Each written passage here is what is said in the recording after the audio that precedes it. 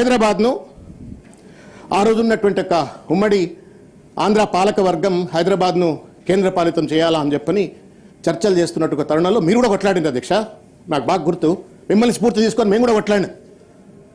కేసీఆర్ గారి నాయకత్వంలో మేము కూడా వి ఫాట్ అగేన్స్ హైదరాబాద్తో తెలంగాణ నో యూనియన్ టెరిటరీ అని చెప్పని కొట్లాడినాం. ఇవాళ భయం కలుగుతుంది హైదరాబాద్ను డ్యూటీ చేస్తారట అని చెప్పని.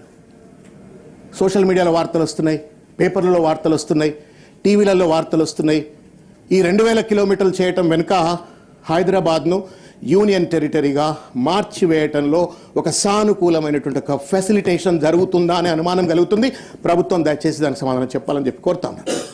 That means you are scuttling the entire మెడబట్టి పిసికినట్టు తెలంగాణ. హైదరాబాద్ను కనుక మీరు యూటీ చేసి కేంద్ర ప్రభుత్వం పరిధిలో తీసుకపోతే తెలంగాణ ప్రజల నోట్లో మన్ను కొట్టినట్టు శంకరన్న మొత్తం ప్రజలందరికీ కూడా ఇబ్బంది జరుగుతుంది. ఇది ఇక్కడి నుంచే మనమంతా బతుకుతాం.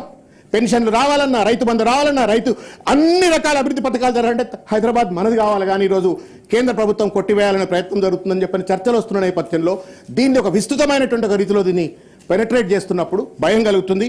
దానికి కూడా సమాధానం చెప్పాలని చెప్పి నేను కోరుతా ఉన్నాను. చరిత్ర సృష్టించినోడు ఇప్పుడు ఆ చరిత్రని తిరగరాయబోతున్నాడు. అబద్ధాల గోడల్ని బద్దలు కొట్టి నిజాలను రాగా మీ ముందుంచబోతున్నాడు. నిజమైన వార్తల కోసం వెంటనే డౌన్లోడ్ చేసుకోండి రా యాప్ని.